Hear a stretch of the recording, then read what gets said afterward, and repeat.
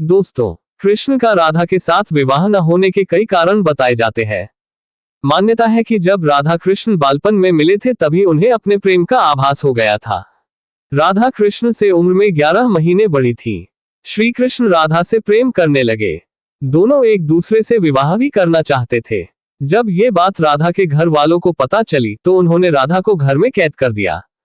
वह लोग राधा और कृष्ण की विवाह के इसलिए भी खिलाफ थे क्योंकि राधा की मंगनी हो चुकी थी। कहा जाता है कि श्री कृष्ण ने राधा रानी से शादी करने की हट कर दी थी। इस पर यशोदा माता और नंद बाबा उन्हें ऋषि गर्ग के पास ले गए। ऋषि गर्ग ने भी कान्हा को बहुत समझाया।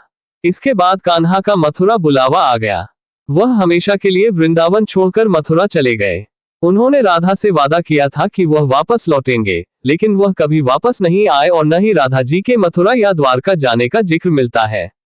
एक मत ये भी है कि राधा रानी ने ही श्री कृष्ण से विवाह के लिए मना किया था। राधा यशोदा पुत्र कान्हा से प्रेम करती थी, लेकिन जब वह मथुरा गए तो राधा रानी खुद को महलों के जीवन के लिए उपयुक्त नहीं मानती थी। लोग चाहते थे कि श्री कृष्ण एक राजकुमारी से विवाह करें, इसलिए राधा ने श्री कृष्ण से विवाह न करने की ठान ली। ये भी कहा जाता है कि राधा को महसूस हो चुका था कि श्री कृष्ण भगवान का अवतार है। वह खुद को एक भक्त मानने लगी थी। राधा श्री कृष्ण की भक्ति में लीन हो चुकी थी। वह भगवान से विवाह नहीं कर सकती थी।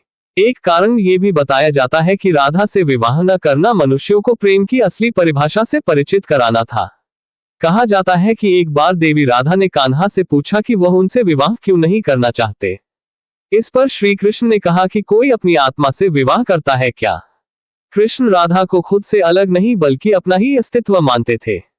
वह मनुष्यों को ये सीख देना चाहते थे कि प्रेम भौतिक संबंध से नहीं बल्कि आध्यात्मिक प्रकृति है। प्रेम और विवाह एक दूसरे से अलग नहीं है। जैसे राधा कृष्ण बिना विवाह भी सदियों से एक ही है। जहां कृष्ण का नाम है वहां राधा का स्मरण जरूर होता है।